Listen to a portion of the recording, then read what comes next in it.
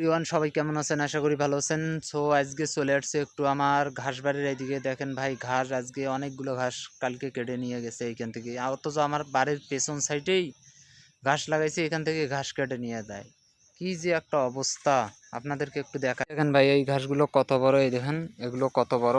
আবার এইখানে দেখেন এই ঘাসগুলো কত ছোট, এগুলো সবগুলো কিন্তু কেটে নিয়ে গেছে। আমি বড় করবার চান্সে পাইনি। এই দেখেন এখানে একটা বড় থক, এখানে একটা, ওইখানে একটা, এগুলো সবগুলো কেটে নিয়ে গেছে। মানুষের যে বিবেক কোথায় ভাই! এত এত ওয়াজ নসিহত বাংলাদেশে, তারপরে দেখেন ওই দেখেন আমাদের বাড়ি, আর এইখানে আমার ঘাস বাড়ি।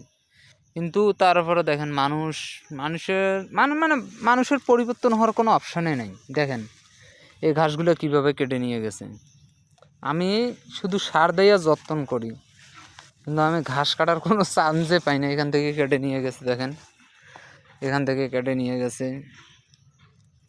মানে চতুর্পাশে ভাই শুধু ঘাস কেটে নিয়ে যাচ্ছে। আমি প্রথম থেকে একবার এই ঘাসটা মরে গেছিলো পুরাটাই, মানে এই এত ছোট ছোট ঘাসে কেটে নিয়ে যাচ্ছে।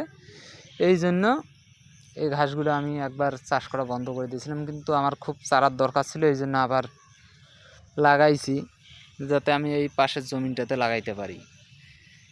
যেহেতু আমার খামারের গরু কিনা এখন শুরু করব, আপনাদেরকে অবশ্যই একটা ভিডিও দেব আমি যখন গরু কিনতে যাব এবং দেখব। অবশ্যই আপনারা গরুর ভিডিও অবশ্যই পাবেন।